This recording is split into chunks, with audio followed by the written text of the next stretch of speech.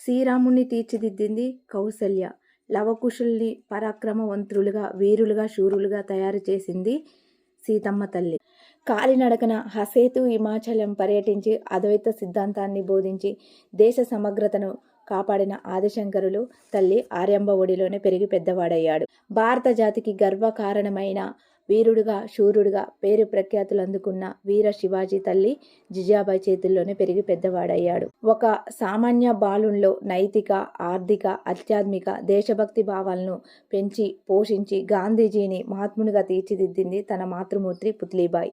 అంటే ఇవన్నీ ఎందుకు చెప్తున్నానంటే, జాతిని గర్వించదగిన వీరులను, శూరులను, మహానీయులను, మహాపురుషులను, ప్రవక్తలను, సంఘ సంస్కర్తలను, జ్ఞానులను, యోగులను రూపుదిద్దింది మొత్తం మాతృమూర్తులే అని గుర్తుపెట్టుకోండి. సో ఇప్పుడు చాలామంది ఏం చేస్తున్నారంటే, వృద్ధాప్యం రాగానే తన తల్లిదండ్రులను అనాథాశ్రమాల్లో వదిలేయటం, తల్లులను సరిగా చూసుకోవడం లేదు.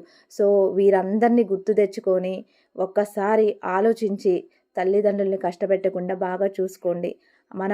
అమ్మ మన పురిటి నొప్పులను భరించి ఈరోజు ఈ స్థాయికి తీసుకొచ్చింది. అలాంటి మాతృమూర్తిని కష్టపట్టడం ఎంతవరకు కరెక్ట్, మీరే చెప్పండి. ఎస్ ఆర్ నో కామెంట్ చేయండి. Thank you so much.